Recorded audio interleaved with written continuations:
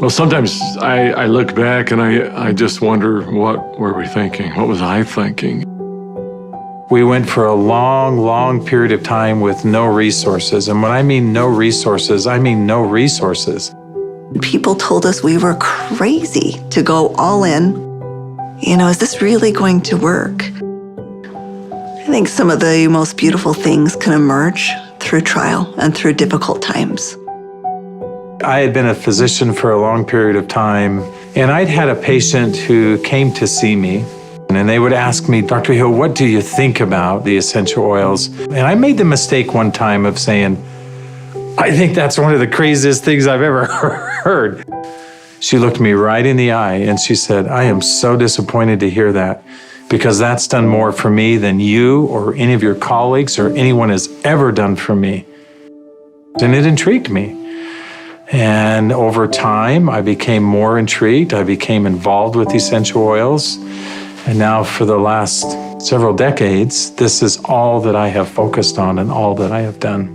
I remember when I first came into the essential oil industry, I thought they were voodoo oils. I thought they were really, really strange. It wasn't long before I started using oils on my kids, and I was amazed at what I was able to do and how it empowered me as a mom to take charge of my family's healthcare. So I was a huge skeptic. Parents were educators. My father was a professor of physics. So I just wasn't raised with anything but allopathic Western medicine. I learned over the years how effective they were and can be, especially if they're pure. When you make a claim that your product is 100% pure and you don't know that it's 100% pure, that's an integrity problem. I sort of made this conscientious decision. You have to, as a human, recognize that you have an obligation to help and to serve other people. After working 10 years in the essential oil industry, I found myself leaving for integrity purposes, because I knew that essential oils had to be pure. The desire of my heart was just to go home and raise my children. I've tried all the essential oils out there. There's nothing that meets the quality standards our family needs to use for our health care. And it was in that moment that I knew, stop thinking with your head and start thinking with your heart. It all came together, and I had such a grand vision of going out and finding the world's most pure, most potent essential oils and educating mothers like me how to take charge of their health care. So it was in that moment, before fear took over, that I picked up the phone and I called Dave. And Emily Wright called me at the time and just said, what if we could go out and source the most pure essential oils on the planet and bring them to the world in a mainstream fashion? And he got really emotional. And Dave doesn't get emotional. And actually it was that right then and there, that was the genesis for me. And I just kind of felt strongly like, yeah, we're gonna start a company. So I hung up the phone with Dave, I picked up the phone and I called Dr. Hill. And as I called him, I still remember he kind of giggled. And I said, Doc, this isn't funny. I'm serious about this. What if we could go out and find these pure oils like we've always wanted to do? And what if we could educate people to really understand the power behind these oils? And he said, no, Emily, I'm not laughing because I think your idea is crazy. I'm laughing because I was just getting ready to call you and ask you the very same question. It started with an initial little small meeting in an Italian restaurant in the far corner, and we met for 5.5 hours until they finally kicked us out of the restaurant because we weren't buying food anymore. And we just started to dream. We would meet anywhere we could find some space to meet. And it was in some strange places. Of course, the basement of the Normal Library was one. We got too rambunctious and they finally kicked us out of the library. Sometimes it was in the basement of our homes. I remember not telling my kids, that I was unemployed and starting a new thing, but the dad was working on a project in the basement. As I did the business plan, I started to realize that This was going to be big. I just knew that with such a good team and product that had changed our lives, we felt like this was going to be significant. So as we began in the spring of 2008, that's when we had a massive falling out with the housing market in the United States. And there was a lot of panic and a lot of fear. We looked at starting this company. The first thing you think is, I got to raise money. I've got to get capital. And we set out to do that initially. And actually ended up, the four of us, back in New York City, visiting with some very high-profile people. And as we gathered together that next morning at that conference table, and we've got, all of these Manhattan-style managers that are meeting with us, and they quizzed us for hours. Finally, at the end of the day, they looked at us and they said, "We believe that your business model is going to work. We believe that you will be successful, and we want to fund your venture. We'll give you $5 million. And we all, of course, felt extremely elated. They were willing to fund the company, but of course they were interested in 51% and control. And I just remember the feeling we had as we walked away from that conference table. And the four of us found ourselves in front of the Statue of Liberty. And I remember looking across the water. Almost as if on cue, as I recall, we all just grew somewhat silent.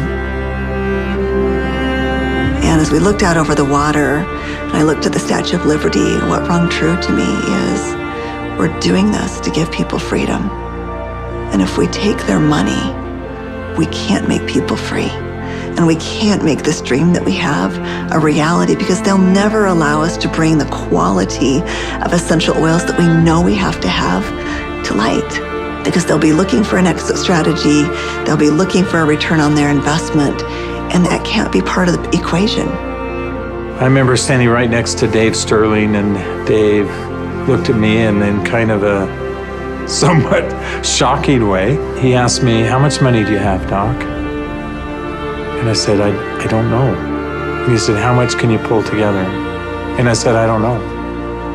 And he asked each one of us in succession, and before we left the park that afternoon, we had made the decision that we were unable to take any resources from anybody, and instead, we would all leverage everything we have. We took the equity out of our homes, we cashed out 401ks, we liquidated everything we owned in order for this dream to come to fruition. And so as I expressed this to my wife, I remember very clearly, she just looked at me and said, "Well, I trust you. You'll take care of us, and we'll be fine." And we had family members even come to us to say, "You're foolish. Your family is going to be homeless." So we went all in, everything. We didn't hold anything back. We thought it would be for just a couple of months that we went without any income, but it was 13 months. Those final months, we're eating almonds and yogurt and telling our kids they can't go to dance practice and they can't play sports because we don't have enough money. But having that belief that it was all going to be worth it. And I remember a day that we had $5,000 left in our account. $5,000 because we just put together this big oil order. And we didn't know how we were going to make payroll. We didn't know how we were going to make commissions.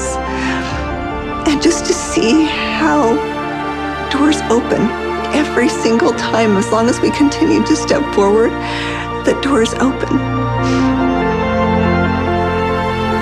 People ask me sometimes, how are you guys able to do what you did? And, but everybody rolled their sleeves up and we did every job. We did this job, this job, this job. I was supposed to go out and find these precious oils. So I started calling people, and every single person would say, "Of course, our oils are 100% pure." And that's when I realized almost all essential oils that are sold out there are sold through brokers. These brokers were very smart people, often having very sophisticated labs. And the oils were almost always changed. Most were not pure, most were synthetically created.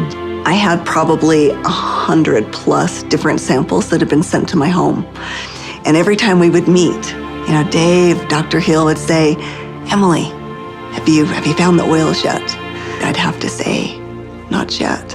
Like, are we going down the right path? Is this really what we're supposed to do? And I remember one beautiful day, I opened up my doorstep and 5 oils showed up all on the same day. It was frankincense, lavender, tea tree, lemon, and peppermint.